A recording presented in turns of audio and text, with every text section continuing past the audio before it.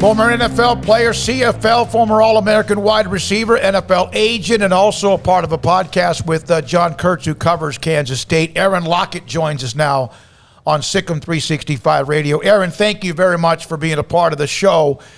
From the Kansas State perspective, former player there, you cover them as well. What is this? How's it been the last 5 to 7 days or 6 or 7 days in Manhattan?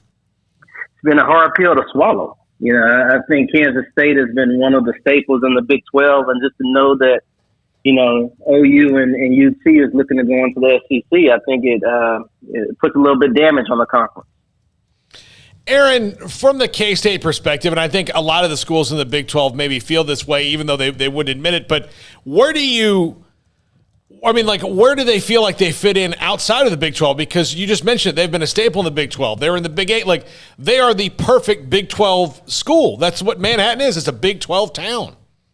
Yeah, it's right in the middle of the map, right? And so you're centrally located, probably 6 hours from every university that's in the Big 12. And so now what's next for Kansas State? And I think if you look at opportunities, most likely the Pac-12 looks like a great opportunity for Kansas State. You know, we've played USC and one-off games here and there. We've had an opportunity to play UCLA, Oregon. And so for us, we played them in bowl games, but I think that's a great opportunity for us to get some exposure, expand. I know they're already out to the West Coast, and I think that fits perfect for Kansas State.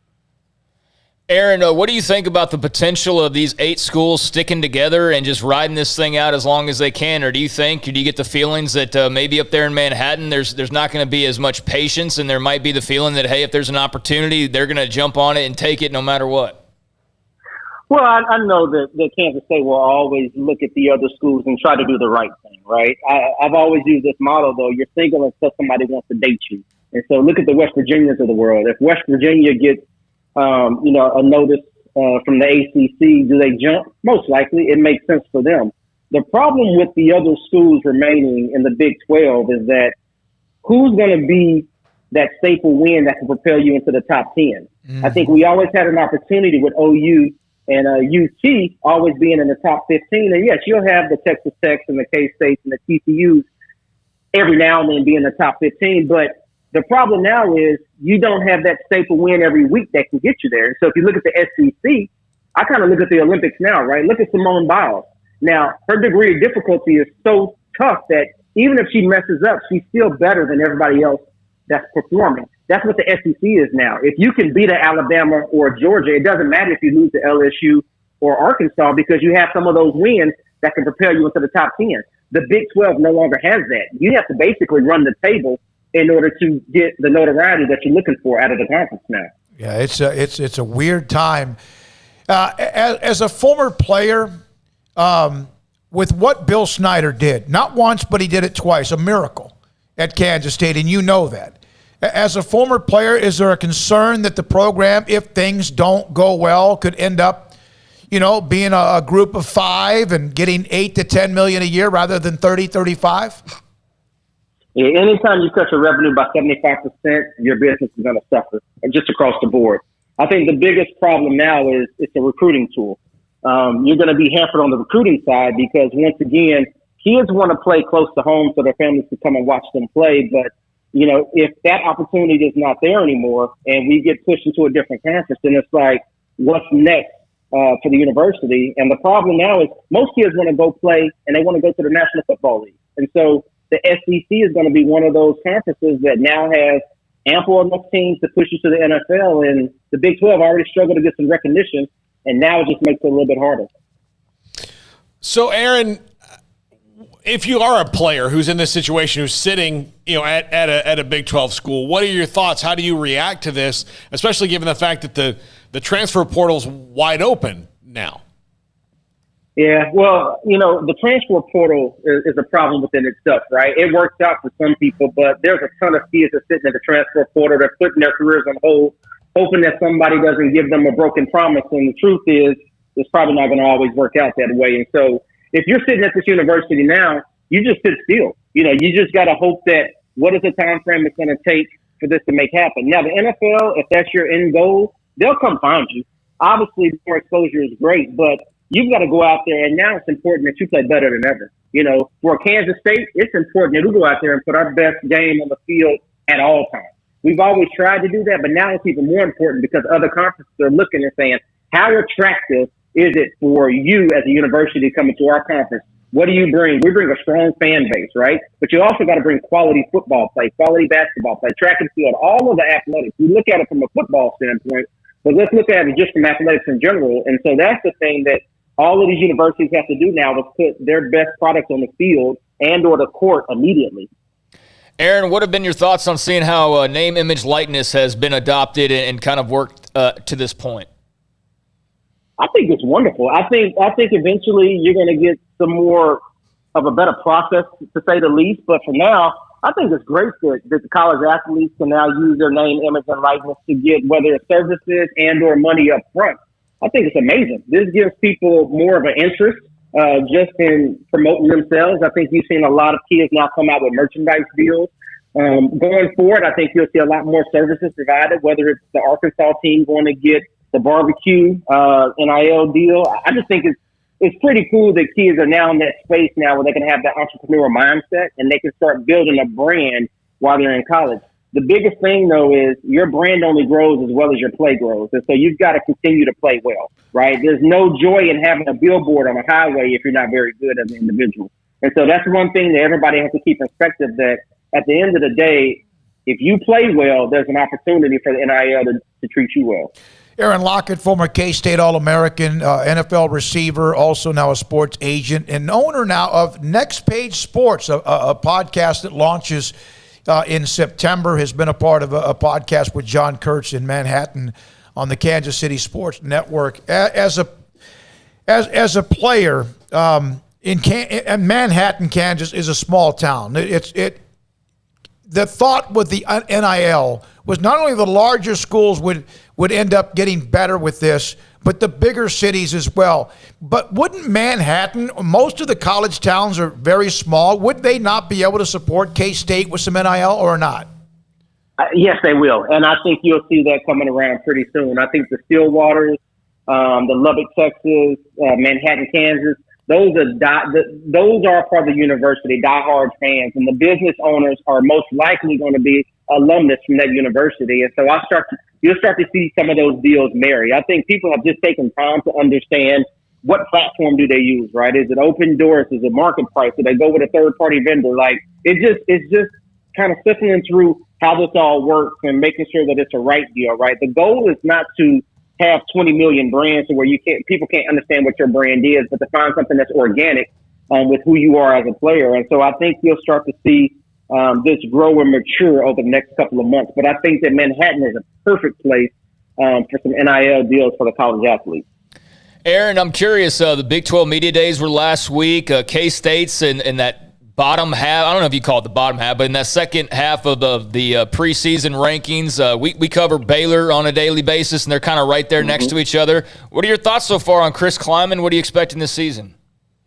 I had an opportunity to meet Klieman not too long ago, and I'm really impressed by him.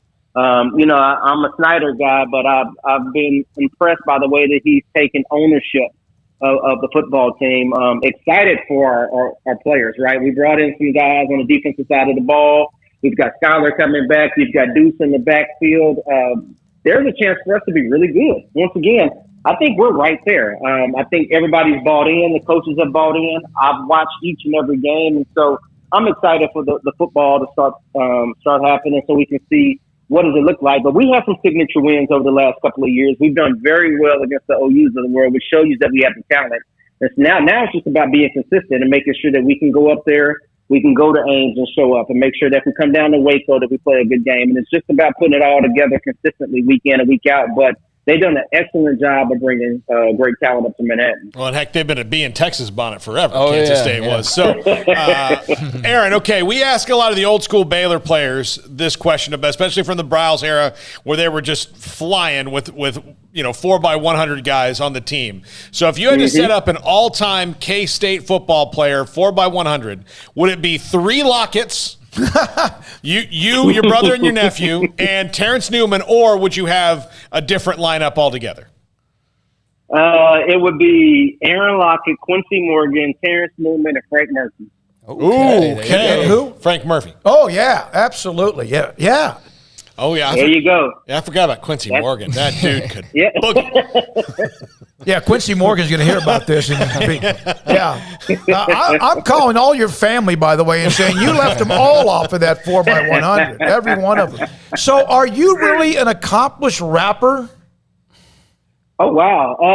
I was an accomplished rapper. I came out of high school, had a rap deal, turned it down to go play college sports. Wow. That worked out for the best. But, back home, did a lot of rap shows and was known for that coming out of high school. And one way or another, I was going to find success. And luckily, I did it through football and track and now through business and eventually owning my own company. Man, I tell you what, Kansas State, when Bill Snyder was there, the special teams, and not just you, but so many others, just insanely good, wasn't it? Just constantly, just won games for you or separated in even more so against others. You know, Coach Snyder did an excellent job of putting attention to details. And so when you came into Kansas State, the first thing you learned about was special teams. And so his son, Sean Snyder, who's now the special teams coach at USC, Southern California, watch how good they'll become, right? He's been there over a year now. It's just one of those things that Coach Snyder has focused on. We had a guy named John Fabris that came from South Carolina. They've just done an excellent job of putting the right people in the right positions. And then from there, what you see is the returners, right? Whether it's David Allen or Andre Coleman or myself or Tyler, it doesn't matter who's back there. Obviously, there's talent back there, but obviously the team buys in, and it's just been something that we've done well over the years. And Virginia Tech was right there with us, right, with 9 offensive and defensive touchdowns. But I think we bypassed them, and Kansas State is by far the best in the nation for the last couple of decades. All right, Aaron. Hey, good luck with what you're about to start in September. Appreciate your time. Always love watching you play the game, and thanks for being on the show today.